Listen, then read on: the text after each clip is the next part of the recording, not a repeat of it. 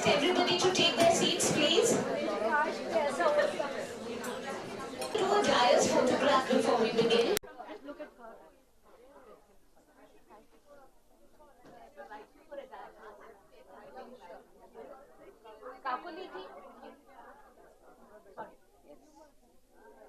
Can just come closer.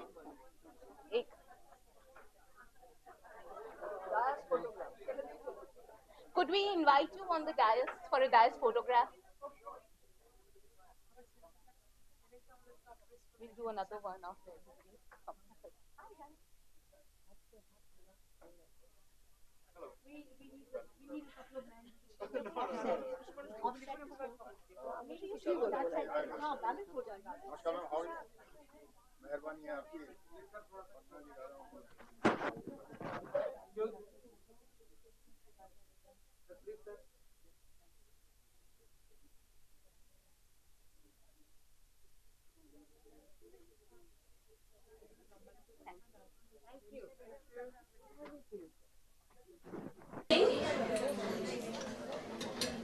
Good evening, everybody. Please settle down. We'd like to begin our program. We are still waiting for some of the MPs, but they'll be joining us soon. But we are beginning our program.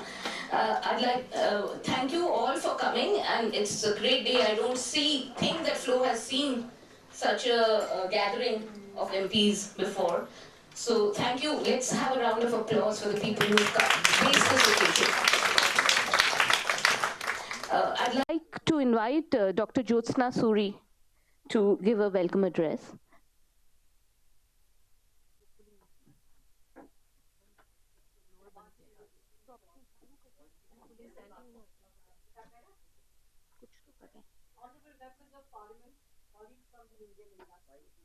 Members of the media, ladies and the very few gentlemen, namaskar. Recently, a bench of Supreme Court justices underlined that women are no longer passive recipients of welfare grants, but are increasingly becoming active agents of change. Our discussion today is about making that change from passive to active, from empowerment to equality for women.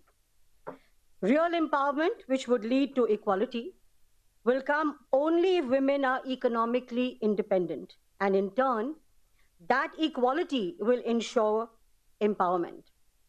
Economically empowered women can and do accelerate development, which will improve the lives of both men and women.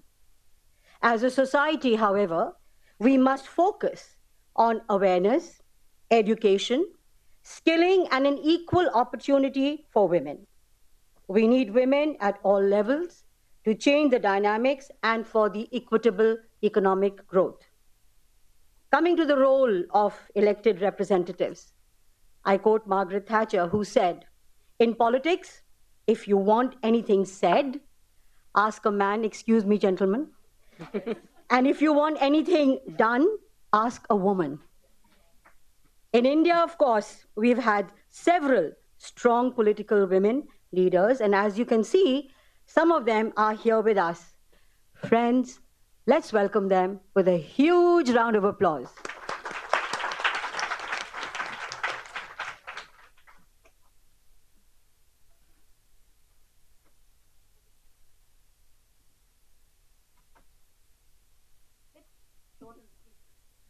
Thank you, Jyotsna ji. I have to thank you for encouraging us to do this program. We've been planning to do this since Jyotsna ji's term, but it's finally come to fruition.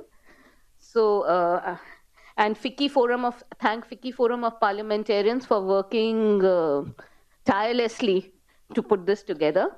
Applause for Sushma and her team. So, I'm privileged to welcome all of you. We are very fortunate where we have eminent women parliamentarians and men parliamentarians. They are from different parties and different states and bring to us diverse views of how things should be and how things should be managed. But they're all focused on development and especially development of women. So our members would be honored to hear your views and obtain a broader perspective on the emerging role of women. For the benefit of our panelists, I would be introducing flow and what we have been doing. So we can also share and see opportunities for collaboration in each of your constituencies. Uh, Something about India's position. India is placed at 111th position out of 189 countries in a list prepared by an international organization that ranks nations on the number of women representatives in parliament. The Interparliamentary Union said in its annual analysis that more women than ever are being elected to parliaments around the world, with gender parity likely to be achievable in less than a generation if the current trend continues.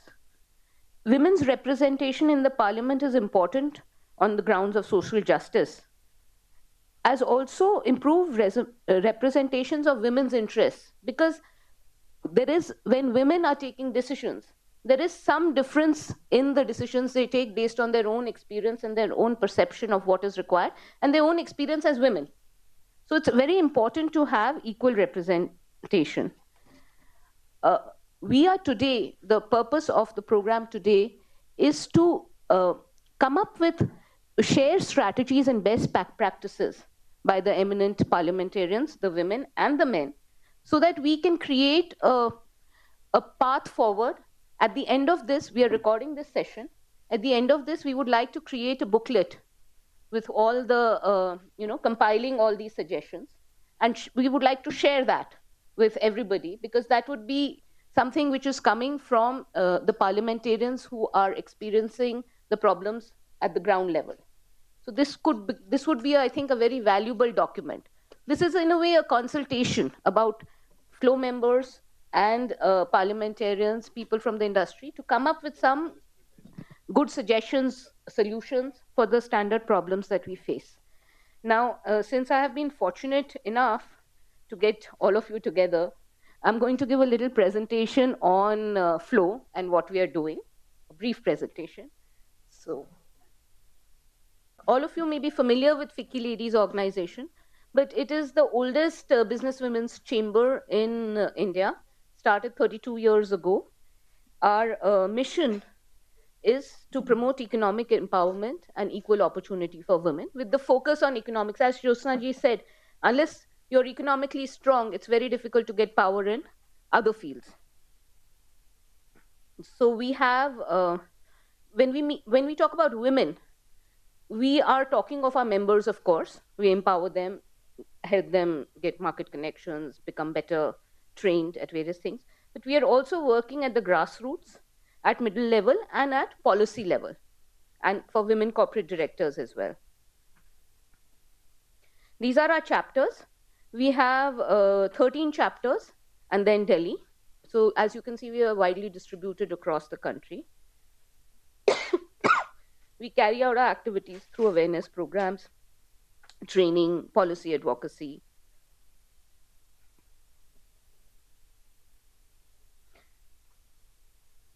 We also publish knowledge papers, and we have a little packet of some of the papers we've published for each of you. We are doing a number of projects across the country, which I would like to share with you. At the grassroots, we have something called the We Initiative, which is a women empowerment initiative, where the focus is to take up one sector at a time and train women in non-traditional jobs. And the first step in that is we do a tie-up with the employer. Since FICCI is an employers organization, we do tie-ups with the employers, and I ask them what kind of jobs they want, and then we find the women and we find a training partner and we do that. Then Flow Mahila Heart, where we've asked governments to set up hearts like Delhi Heart for women artisans. And I'm pleased to say Delhi government has just given us a heart in Delhi. So right here in the center of town. So I will be looking forward to cooperation and maybe your artisans from your constituencies. And the Flow Gram Yojana, which we call the Flow Smart Village. We've just launched the first one near Ahmedabad 2 days ago in Amrapur village, where the focus is going to be, we've given smart classes in the schools. We are looking at waste management. We are setting up a waste management plant, which will be then used for solar lighting. We are looking at 100% digital literacy and 100% literacy in the village. And so these are some of the goals. We've set a number of goals. It will take time because there is an adoption problem. There is resistance also to many ideas. But we are really looking forward to this, how to use frugal technology. And we are also collaborating with IIM Ahmedabad's Professor Anil Gupta, NIF, to look at organic farming as one of the inputs into the smart village. In the small and medium-sized enterprises, we are trying to create women's industrial parks. We've been allotted in Telangana. Bangalore and Gujarat have already earmarked the space, and we have in principle agreements from 8 CMs for this. We're really looking forward to this project, and I think this has been accepted very warmly by the chief ministers. Another project we're doing is the Swayam Consultancy and Mentorship Cell. This is an all India project. In every chapter, we have set up a committee and we have set up panelists for any woman who wants to set up a business can contact Flo. We are doing roadshows in colleges and we're doing Facebook marketing for this. And she will be attached to a mentor in her field and also lawyers, CAs, a tie up with SBI for loans, SIDBI for venture capital, NSIC for training. So this is another project. And women corporate directors. Flo is the largest body of women corporate directors in the country.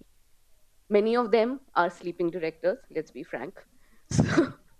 But they can also contribute much more to their organizations. We've tied up with KPMG on this, and we're training the women directors, and we're also creating a repository of directors because a common plaint of companies is they can't find people adequately qualified, women adequately qualified to be on their boards. So we are setting up a repository which should be on in about 15 days on our website. We initiative. I'll talk about we in transport later. We in education is something I would like to seek your support as well. We think that in schools, the support jobs, a large percentage of them are being done by men.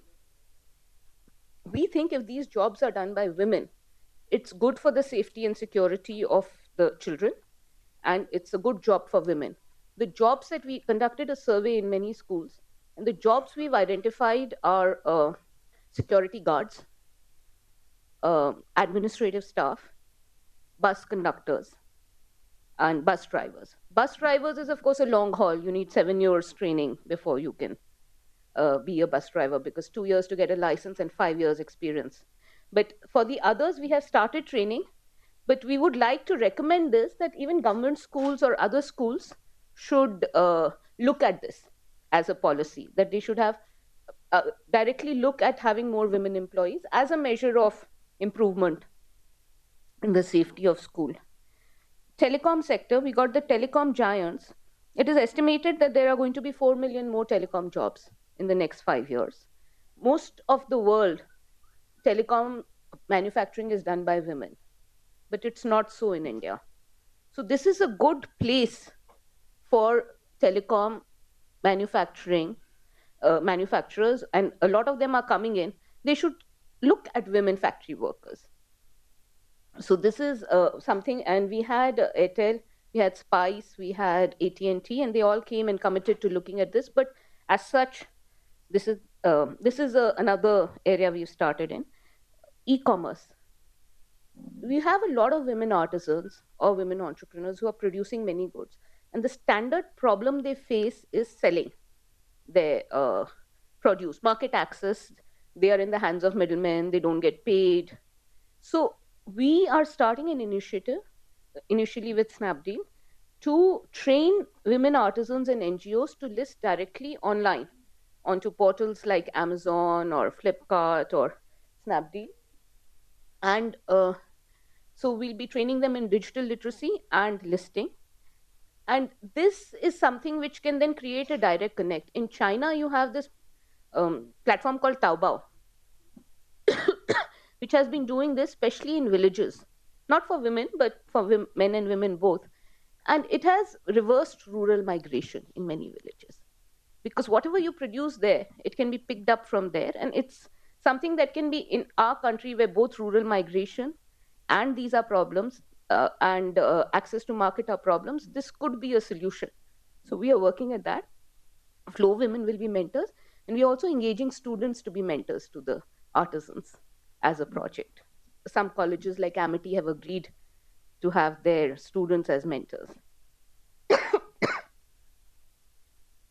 So we in education, telecom, e-commerce, Mahila Heart.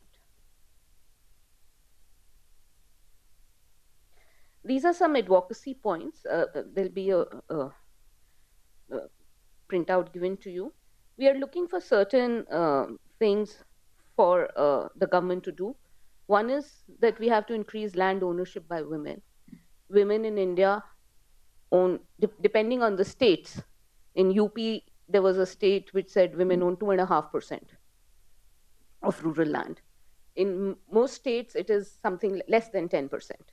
So this is something, if we're looking at exemption or a drastic difference in stamp duties, transfer fees, and registration fees for property registered in the name of women, if it is not, if you say the government is going to have a revenue loss, government will only have a revenue loss if the property is registered in the name of women, which is a good. If it is not registered, then it doesn't cost the government anything to do this. Then child care as an issue. Childcare as an issue where many educated women cannot work because there is not adequate childcare facilities. They feel guilty about it. We had a consultation with ambassadors from various countries where their gender gap is, like Iceland, which has which is highest on the gender gap index. They said one of the things which really changed things around was extended school hours, where there was a lot of resistance, they said initially, and people said children will become institutional children. But basically, about till about 4 in the evening or 5 in the evening, if you have schools, then women will get freed up. And I think all of us know enough educated women who are sitting at home because they need to be home when the child comes home at 2 and send them off to classes. It's not that they are sitting with them. But if the school can offer those classes in a seamless way post lunch, that would really free up a huge number of educated women. Access to finance. And I would like the skill development councils to actually do some gender budgeting and look at jobs which are specifically good for women and maybe train. So that would get them into the mainstream. Now, I would like to talk about We in Transport. This is an initiative we have been working on because there are 2-3 things why we think women should be driving taxis or be in the public transport space, driving buses. One is that in India, there is, of course, a question of safety, but there's a question of safety of the passenger and of the driver as well. Beyond that, women, because of all this talk about the safety of women are generally, many people are telling women to withdraw from public spaces. But I think it is important that we are there in those public spaces. We are there visible as a measure in the country. If you have women taxi drivers, anybody coming in doesn't think it's such an unsafe place. So as a way of showing people that it is not actually such an unsafe place, we need to have that. Beyond that, we have tied up with Maruti. They have funded us, as of now, 1,500 free trainings across the country. And for their jobs, we have tied up with Uber. Our India representative of Uber is here. And so we have just signed an MOU where Uber has committed to taking on 50,000 women drivers over the next 5 years, and also giving a 50,000 women drivers, and also giving a retainer to the women drivers initially, so that they have fixed take-home salary, and helping them buy their car by giving the guarantees. Here, I would like to bring my So this, for example, these are 10 women who we've trained in Chennai, and they have got their licenses. And it's amazing to see them, the kind of spirit they have, entrepreneurial spirit they have. One of these ladies, the one with the red flowers, she saying, once I get my car, she wants a car, and she has taken up some beauty training. So she's going to have a mobile bridal package service, and she's going to go to the houses and then drive the bride to the venue. So that's the ambition. It's amazing. And I think she's convinced a couple of the others to be her partner in this. So now I would like to invite the Uber India representative to say a few words. We've just signed the MOU with them.